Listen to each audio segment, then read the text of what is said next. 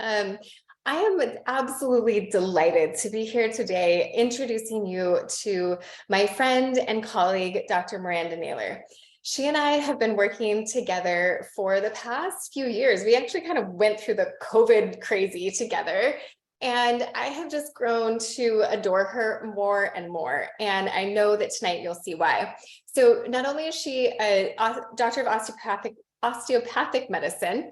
She is functional medicine certified. And so we have tons of alignment. I went to naturopathic school, and her having sort of these more conventional credentials, but still very much grounded in the traditions of naturopathy. Well, essentially a lot of overlap. And so you can see why I was excited to bring her onto my team at Solseri.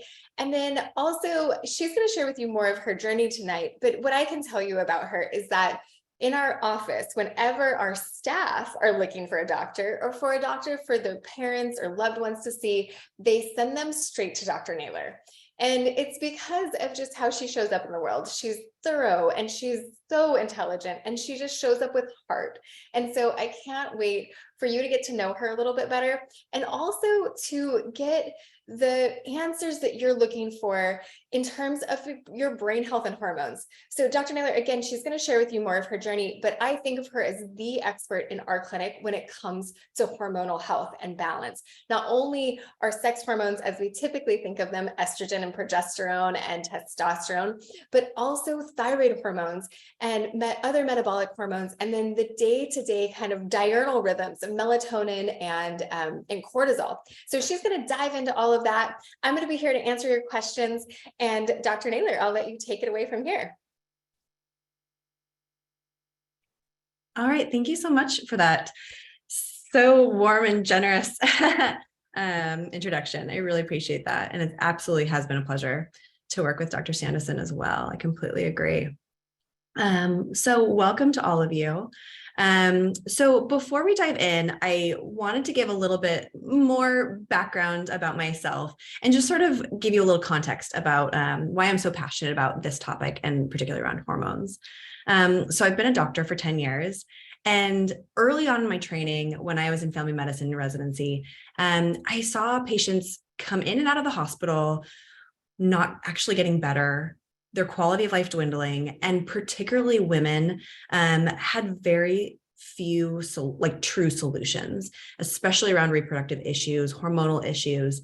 Women get disregarded a lot, and there aren't that many solutions for women. And that's where I knew that there was more that we could be doing. As a doctor, I knew there was more I could do, and there was more that I wanted to offer.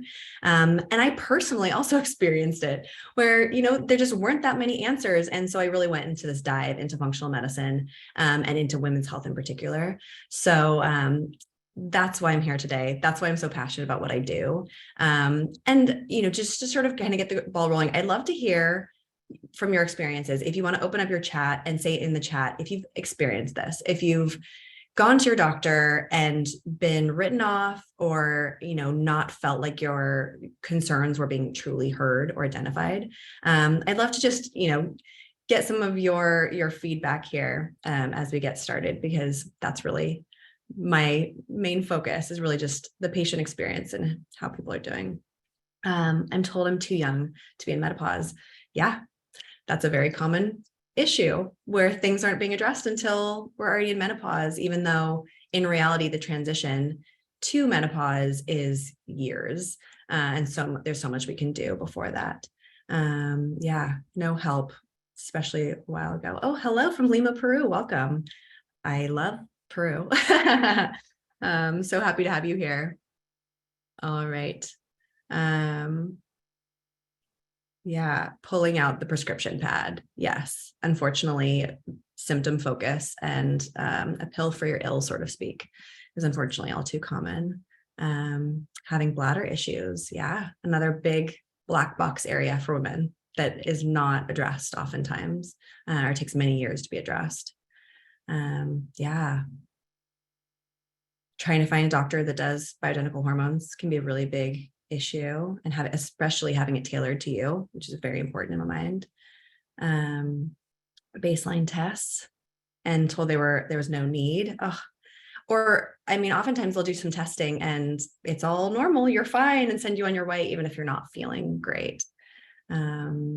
Diagnosis of cancer, did too much estrogen. That's the flip side of the issue with the hormone conversation. And a lot of fear comes around that. So doing things in a smart way is also really important. Yeah. Not being educated by the doctors. Yeah. A lot of you have had issues here.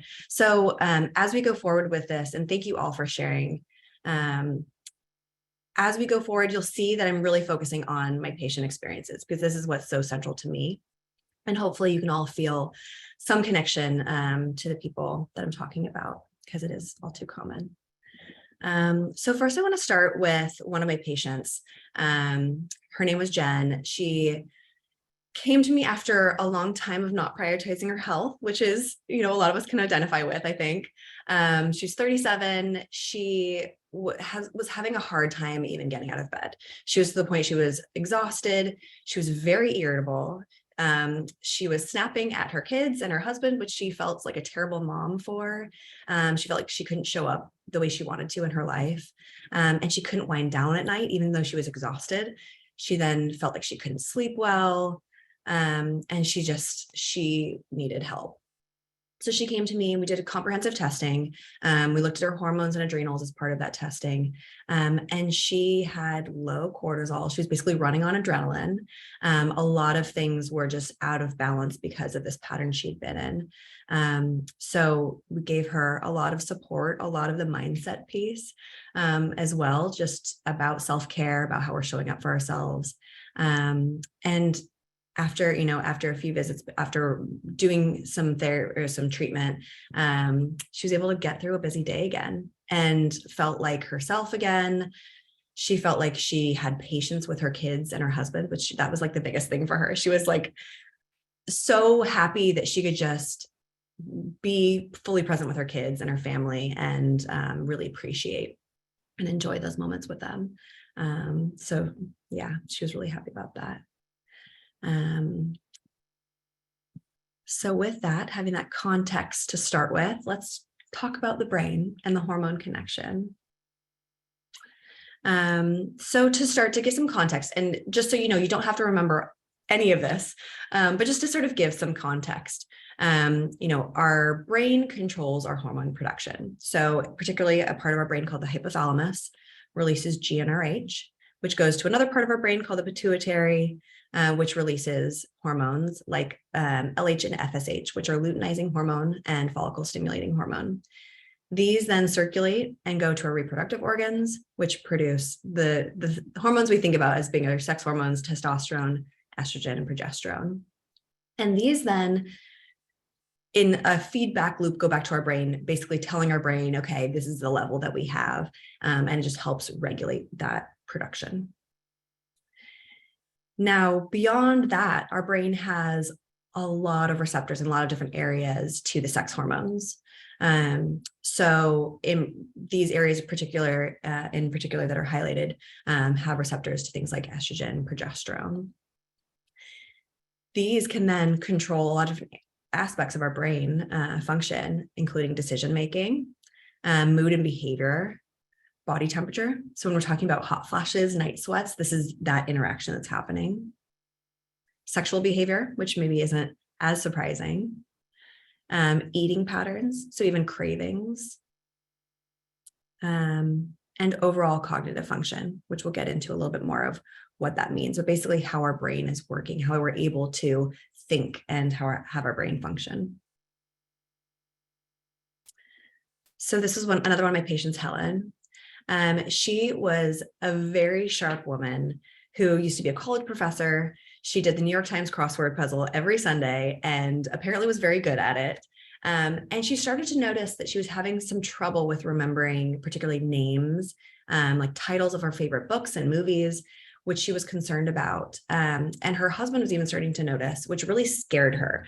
To have someone else noticing that maybe she wasn't on her game really worried her. And her best friend had moved to France and she wanted to go visit her.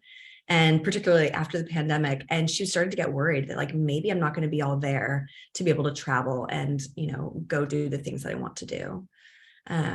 So we tested her hormones, did a comprehensive workup for her as well, gave her appropriate hormonal support. And she noticed that she was able to recall again, that she had better memory, better recall, improved energy, which she hadn't really noticed. She didn't really notice that she was feeling more tired. And I kind of maybe wrote that off as some, normal part of aging.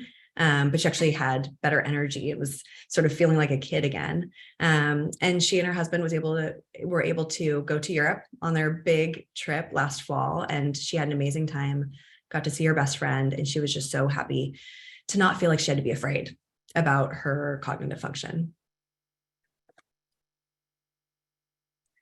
So to go a little bit deeper into our cognitive function and what that really looks like in context with the hormones.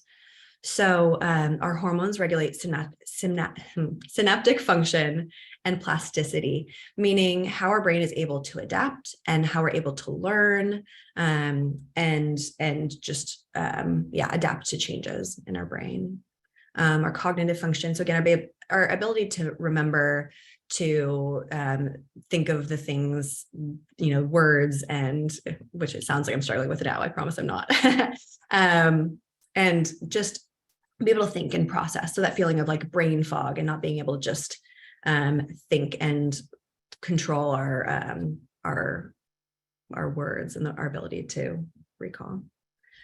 Our sexual differentiation and reproduction. So again, not surprising, kind of the things that we're used to thinking about with sex hormones, as well as our sociosexual behavior. So the way that we kind of externalize our sexual characteristics.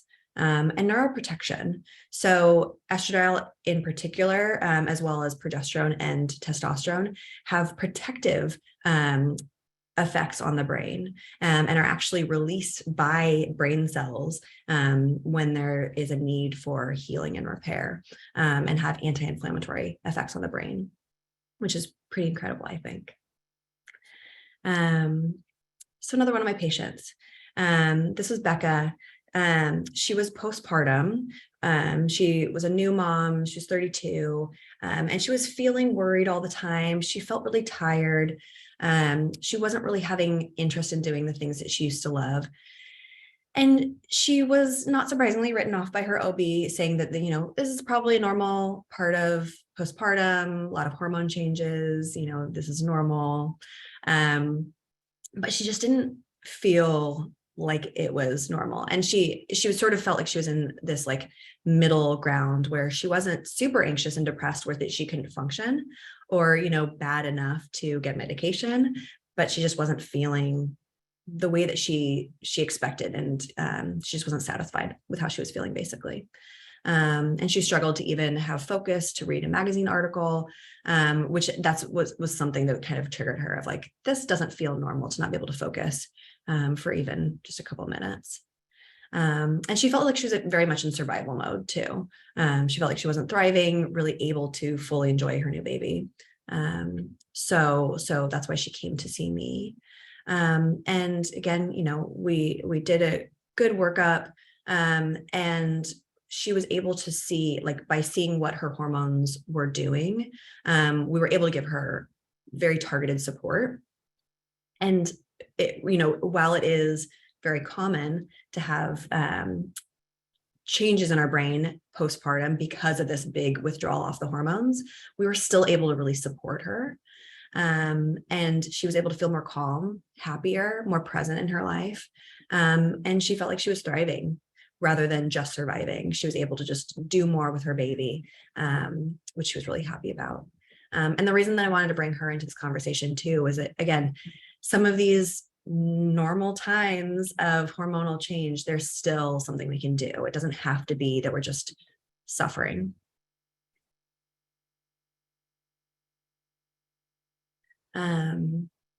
So to switch gears a little bit to hormones and stress and sleep, I just want to make sure we don't have questions. What levels did you test for Becca? What kind of support did you provide? So we'll go a little bit more into questions just to briefly touch on this. So we did test her sex hormones, her thyroid. Her thyroid did need some more support, and she needed a lot of nutritional support. So especially postpartum, that's a big area of focus of mine, because it takes a lot out of us to create a human being. So that was a lot of what we did. And it was sort of like a root cause approach to give her the nutrients that her body needed to do what it needed to do. So that was a lot of what we did. So to get into sleep a little bit and stress hormones. So I'll explain this diagram here. So this purple line is our cortisol level, which we kind of think of as a stress hormone. It's also our waking hormone. And on the flip side of that, we have melatonin, which is sort of our sleep hormone. It also has anti-inflammatory effects, but it's really what calms us down and helps us sleep at night or after dark. And you can see, so the cortisol spikes in the morning and should have sort of a gradual curve throughout the day. And our melatonin level should really be spiking up at the beginning of the night and staying pretty high to keep us asleep throughout the night. And you can ignore this body temperature one. And basically what can happen is with chronic stress, our cortisol can start to raise up and become imbalanced. We can start having an inappropriate pattern throughout the day. And this can start to affect our melatonin production at night as well. So our cortisol might be higher at night, our melatonin production isn't as good. And we can start having, middle of the night waking, early morning waking, which is, one of those common symptoms of menopause that is, likely related to this. Cortisol helps us respond to stress. So, we can also, with this, it goes up initially during stress, but we can also start to have this pattern of not being able to respond to stress appropriately, and our cortisol levels starting to go down if it's been elevated for too long. This also can or cortisol production in particular can also take away from our sex hormone production. They sort of start with the same pathway. Basically, hormones are cholesterol that are then changed in different ways. And we can start to sort of steal ingredients away. If we're producing a lot of cortisol, it can start to take away from our other hormone production. So that can be another big factor. And another layer of it is that sleep also affects our hormone production. So if we're having this pattern happen, we're not sleeping well, then we can start having, inappropriate production of our other hormones. So we can really get into this big cycle. So there's so many different ways that it's related. To take it back to another one of my patients, this is Pam. She was 62. She was very busy. She was taking care of her grandson 5 days a week. She was also taking care of her mom and staying with her a few days out of the week. She felt very energetic and felt like she was able to do all the things she needed to do, but felt also very anxious and sort of that she was always in this go, go, go state, and then was having a really hard time calming down at night and sleep. She was struggling to sleep, was basically not able to fall asleep without medications, which she did not want to have to do, but she just couldn't sleep otherwise. And again, not surprisingly, turned into this big cycle. She was in menopause as well, although she didn't think it was really related. She felt fine otherwise. She didn't really have much concern about her hormones, but she just needed to sleep. She needed to be able to show up in her life better. We did hormone testing again with her, and particularly her stress hormones were really high and out of whack, and her melatonin production was really low. So we did give her some hormone support along with diet, lifestyle changes, all of the aspects that we're addressing regularly. And she had great improvement with her sleep. It's still at this point is not perfect, to be fully transparent, but hugely better. And she's able to feel calmer throughout the day, feels like she's able to show up better for her grandson, for her mom, is able to have more tolerance and just be able to deal with more. So, yeah. And Diane asks, does higher cortisol increase blood pressure? It definitely can. That can definitely be one aspect of it.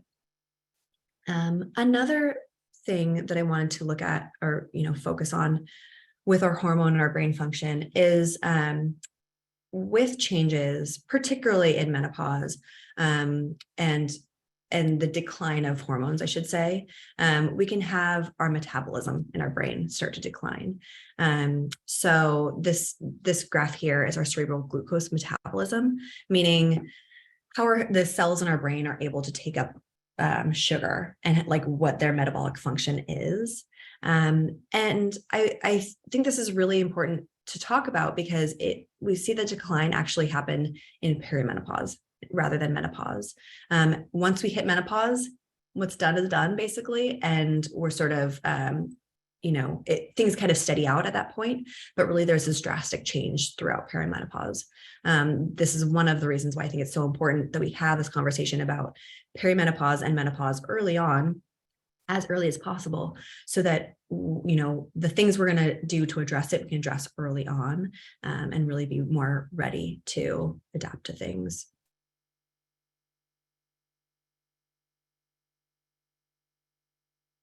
And Liz asks, does ashwagandha root help with lowering cortisol? Ashwagandha is an adaptogen, so it can. It doesn't necessarily lower cortisol, but it can help us regulate it better. And I love the feedback. And also feel free to be like, yes, I agree with this, or this is me. So again, I know a lot of us can just really feel resonate with these different patients. And that's why I put them in, because again, the patients are the focus. And so I really want to feel like we're talking about the things that you're concerned about. So next, this is Jessica. She literally, she had the quotes down here. She was 52. She came in telling me, I feel like I've aged 10 years in 2 years. She felt tired. She felt crappy. She had brain fog. She had gained 20 pounds. She had low mood. She wasn't fully depressed, but she just felt sort of blah. She was also having hot flashes, even though she was still cycling and having periods, although they were, getting, her cycles are getting longer. She was having bigger spaces between her periods.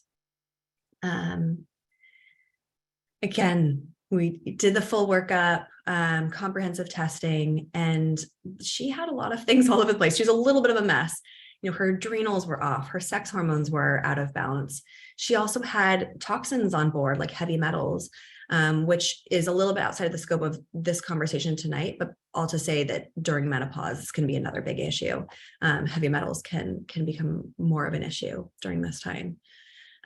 So for her, we supported detoxification through supplements, made lifestyle modifications, kind of the full spectrum of what we address.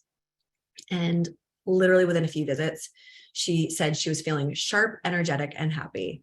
She had started losing weight. Her hot flashes had lessened, which she was actually surprised about because that wasn't really her primary focus. And her periods were actually more regular. So while, again, that's not our goal to try to avoid perimenopause or menopause, because, we're going to go through it regardless.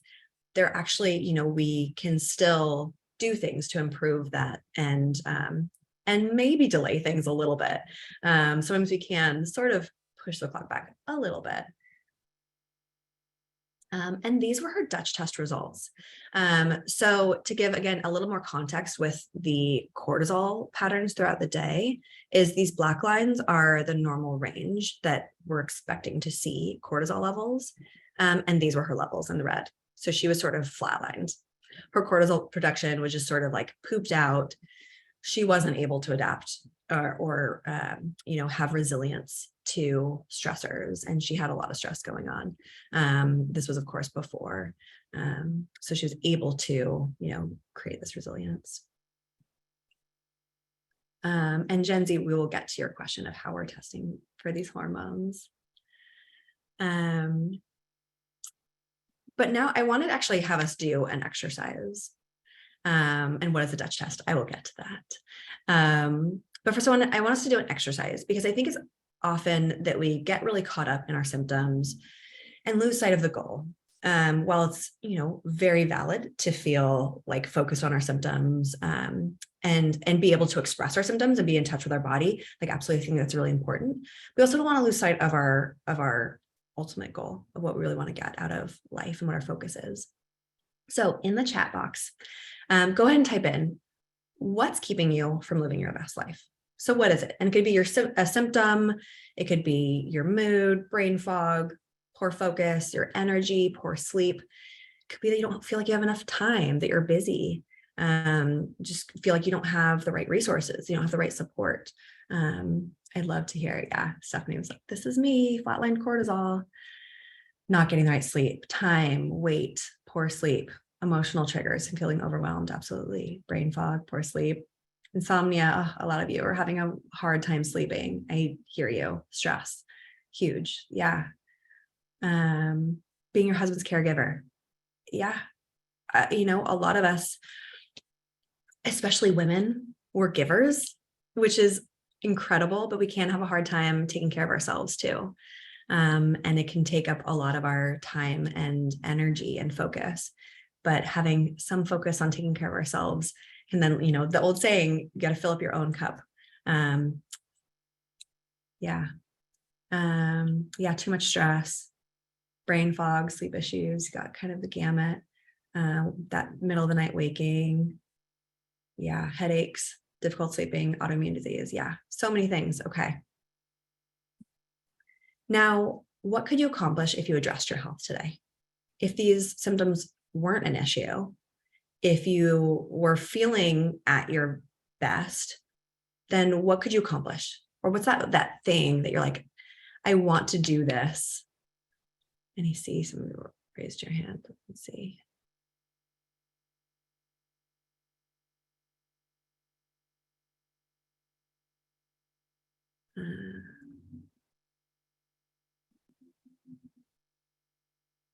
Okay, I see some of you putting questions in. Traveling the world and not getting sick. Social events, more life, energy. Yes. Better relationships with your family. Amazing. Traveling, cleaning out the unwanted energy. I love that. It's like that balance, right? It's not more is always better for energy. We can feel a little bit frantic sometimes, right? And anxious when we have too much energy. It's that balance. Excel in a new role, better relationships. I love that. Capable of making friends and not being embarrassed or poor memory. Absolutely. Not feeling like we can think clearly is huge. Climb more mountains. I love it. Stop worrying about future brain health. Amazing. Being a present and happy mom. I love it. Feeling confident. Yes, absolutely. Make a decision. Yeah. Wonderful. All right. Now, for those of you who are tired of guessing what's going on in your body and tired of these symptoms, wanting to move on with your life and to reach those goals, we have a nice offer for you today. So for those of you who are asking about the Dutch test, this is a Dutch test, and we're offering tonight a Dutch test plus consult. So for a limited time, we're offering it at a special price so that you're able to get some information and figure out what's going on in your hormones and see how your hormones are related to the symptoms you're having. Here is the link for this. And if we can actually put this in the chat,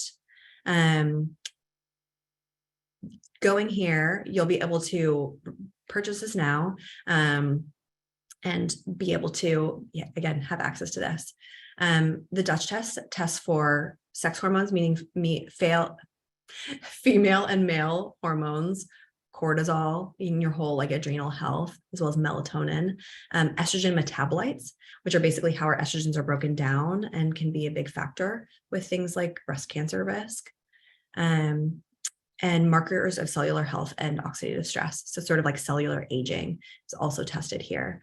So you can get some concrete evidence about what's going on. Thank you, Dr. Sanderson, for sharing that link. So the link is in the chat box there. Once you register, once you click on this link, you'll go to this page to register, and basically you'll just click this big orange button to register, which will bring you to this page. So you'll start to fill out your information here. So the link is right here on this page, and then it should be in the chat box also.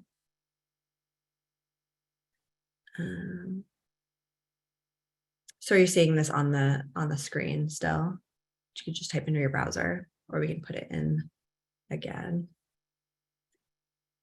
I'll just take a second to type it in again as well. It can get lost.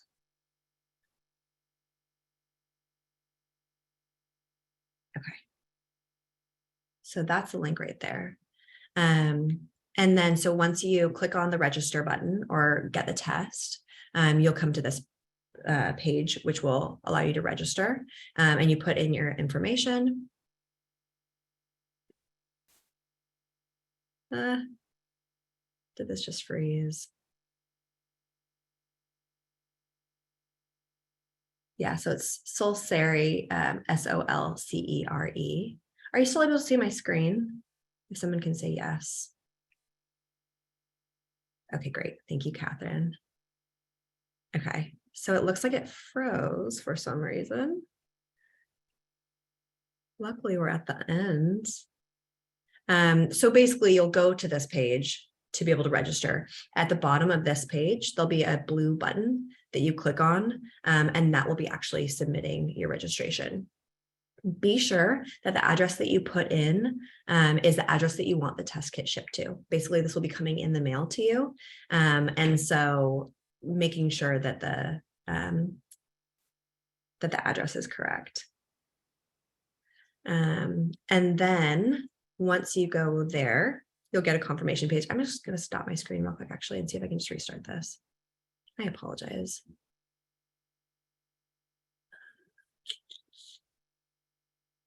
I'm taking up too much memory. It didn't like that on this web page. Okay, so let me just get back in here and share this with you.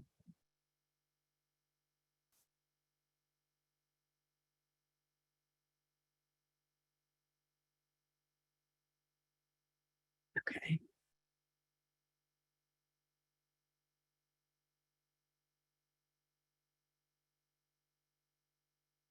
Okay.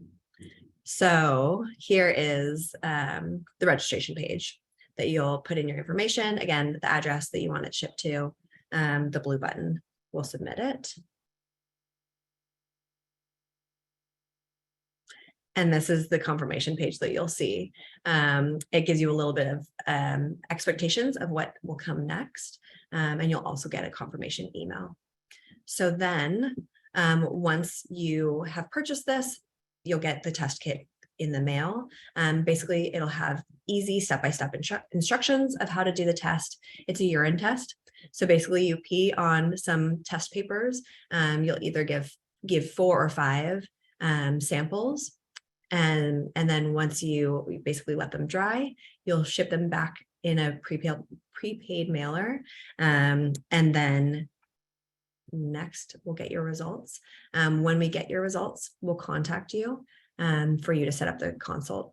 Basically, this will be a virtual consult through Zoom, where we'll be able to go over your results and give you some actionable steps based on your results and have things personalized to you.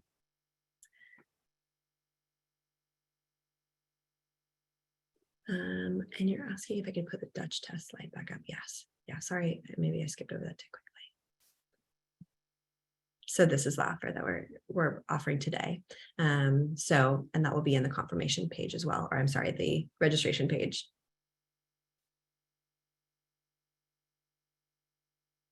And then to wrap it up again with another one of my patients, this was Lindsay. She was a super busy businesswoman. She had her own business. She was 46. She was struggling to meet with her deadlines. She was working at night, rather than spending time with her husband. She was working, just trying to get things done. She couldn't concentrate during the day. She just felt like she was struggling and taking so much more time to get things done because she just couldn't process things. And because of this, she had this trickle-down effect of not having time to visit her family, feeling disconnected. She didn't have community the way that she wanted to. For her, we did, again, Dutch testing, looked at her stress and sex hormones. And she had a lot of imbalance there, similarly to a lot of the other patients I talked about. after being able to address these through supplementation, through lifestyle, through, again, the whole well-rounded approach, she's been able to establish better work-life balance. She's been able to be more focused and be more effective when she is working, and then just feel happy and less stressed. So even though she felt like she didn't have enough time to do anything, by taking the time to address her health, she was able to actually get more time back and just be more effective with her time that she was spending. So with that, we'd love to help you get started on your healing journey together. I really want to sincerely thank you all for being here. And with that, we'll open it up to questions. I know a lot of you already were putting questions in, so we'll take a look at these. Okay, thank you, Dr. Sandison, for also answering some questions in the chat. Let's see. So Tanya, this wasn't a sales webinar. We're just trying to help a lot of people out there, because I know access to some of these tests is a really big issue for a lot of women, and we want to support you all on your journey. I hope you did also get a lot out of this. So Kathleen has a question here on Synthroid, which is a thyroid medication for many years. Let's see. I'm just going to try to, let's see.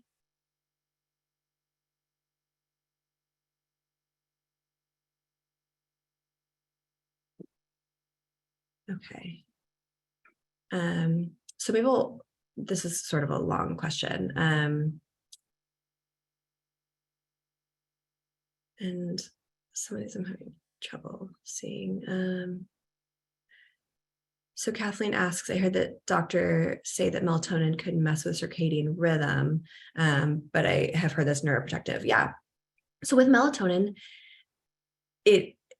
absolutely, it's neuroprotective, it's anti-inflammatory, it helps us sleep. And there is a lot of debate about using melatonin supplementally, if it can have a negative effect.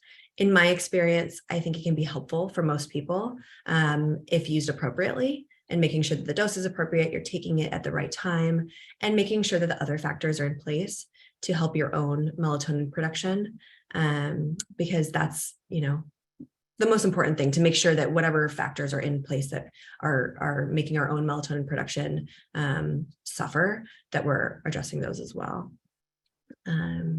Yeah. And you will have access to these slides. These will be, you'll have a replay available.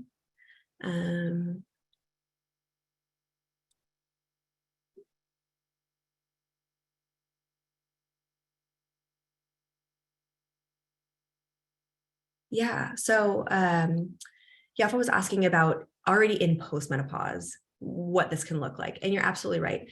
It is not too late once you're already in postmenopause. There's still things that you can do. And it depends on your underlying factors, basically. Sometimes it looks like hormone support, if that's appropriate. Sometimes it looks like just, promoting good oxygenation and blood flow to the brain, getting rid of toxins or supporting your detoxification ability. There's so many different factors. Some of you mentioned the Bredesen approach. Again, this is sort of outside of the scope of this talk, but yeah, taking this well-rounded approach, so many different ways that we can promote brain health.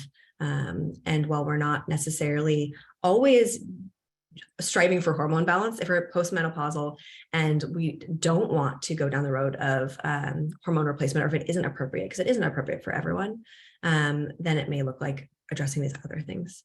Yeah. Julie's asking what an enlarged pituitary gland means. I'm not sure. I didn't mention that, and I'm not sure what context you're talking about. What kind of follow-up do you provide? That's a great question, Lorna. So this is basically a coaching consultation that we're offering. So it's available to anyone, anywhere.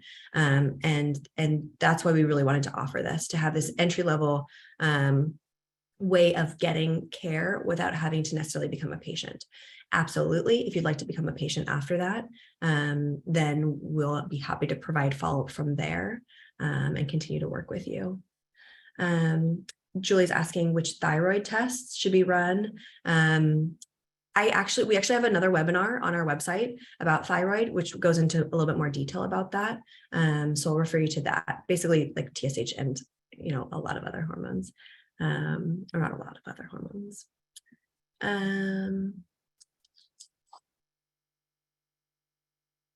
Let's see.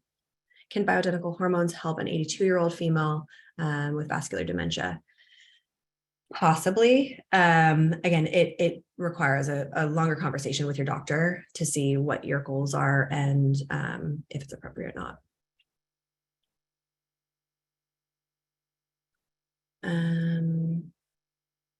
Insurance covering costs, not for in this situation. Insurance does cover some testing, but not for this test.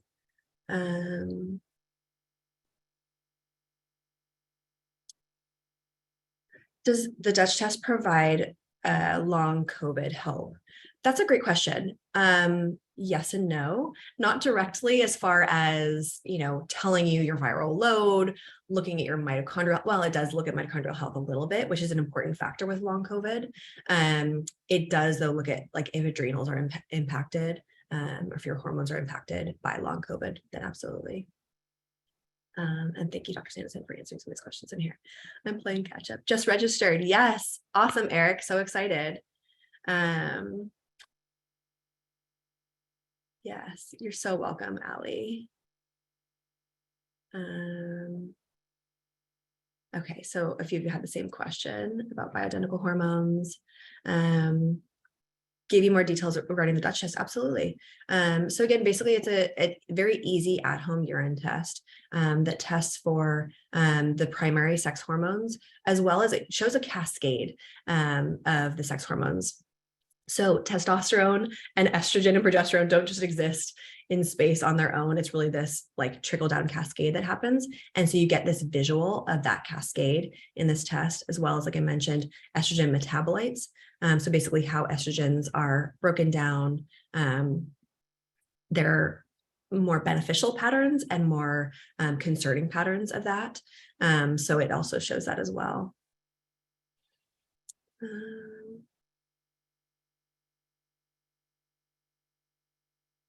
Laurel asks about if the recommendations are all lifestyle, if there'll be medications.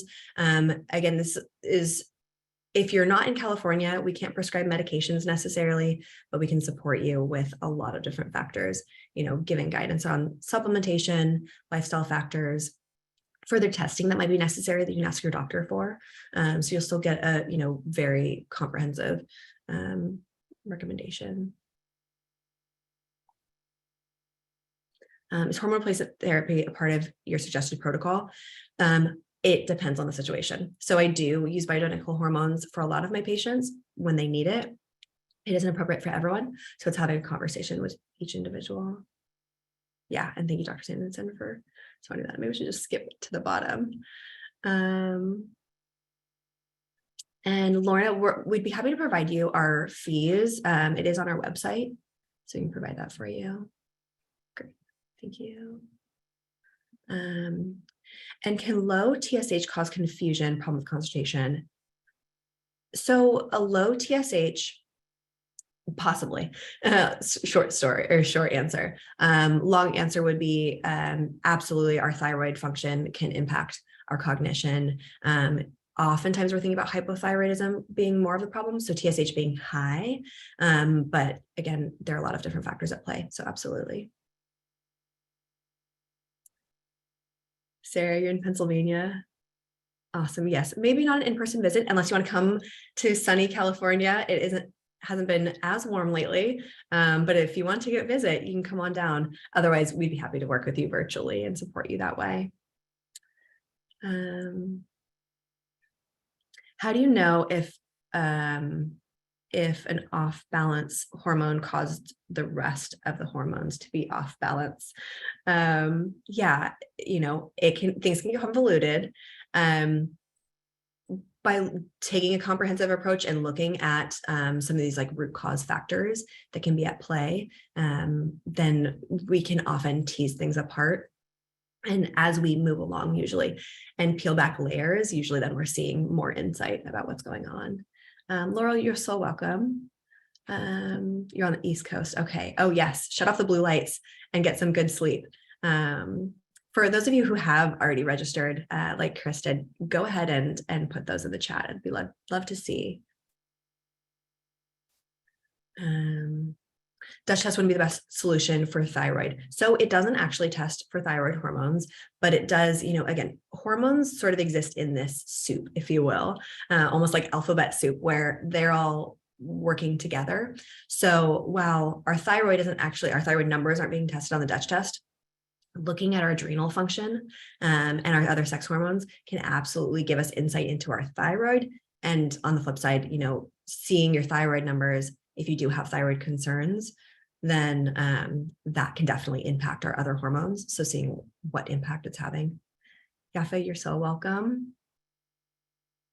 Yes, I definitely encourage looking at thyroid as well. So again, on our website at solseri.com, under our webinars, you'll find a thyroid and sex hormone webinar. So that should be a really good resource for you. And you can also reach out to us personally, and I'd be happy to give you those.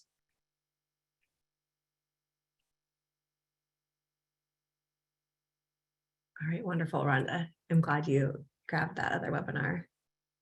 And Grace just did the Dutch test. Wonderful, waiting for results. Great question, Grace. You just need a consult to go over that. Why don't you reach out to our office? I'll give you our email right here. Oh, wonderful. Oh no, that's thanks, Dr. Sandison. I'll just put an email.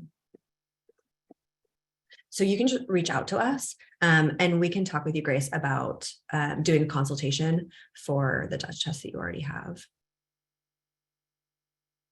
All right, any other questions?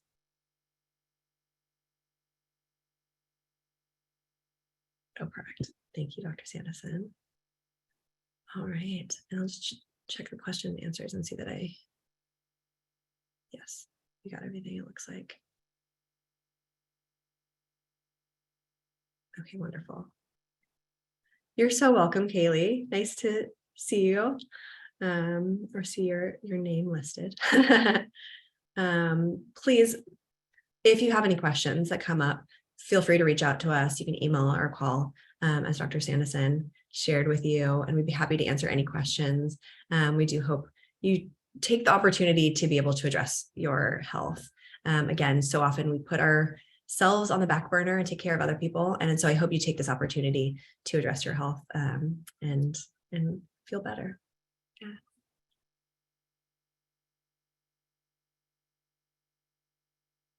And I just see all of the wisdom you have to share with everyone here. And I know that there's lots of questions remaining and challenges that come up for people. Just reach out, we're here to help. So either reach out to the front desk through hello@solseri or give us a call. Tyler and Jacqueline are here and they are super knowledgeable. So they can answer your questions. And thanks so much for your patience as we got some tech issues sorted out tonight. We really appreciate you all. And again, we are here to help. So we'll see you either here in the office, we hope, or at the next webinar. Thanks. Good night, all. Good night, everyone. Thank you.